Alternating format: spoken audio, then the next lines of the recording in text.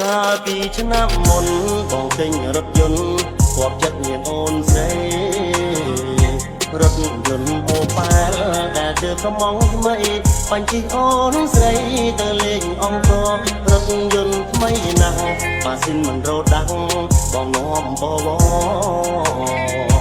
ទៅមើលវិមានប្រាសាទអង្គរដ៏ស្រស់ស្អាតអូននៃស្នាដៃខ្មែរអូននឹកឃើញទេគឺមួយស្រីស្នេហ៍នាងបំភ្លេចបងហើយកាលទៅទីស្នេហាសង្សារបងហើយជាតិនេះឯងហើយអូនព្រមស្ម័គ្របងមានរងនឹងវែងនឹងភ្លើងតណា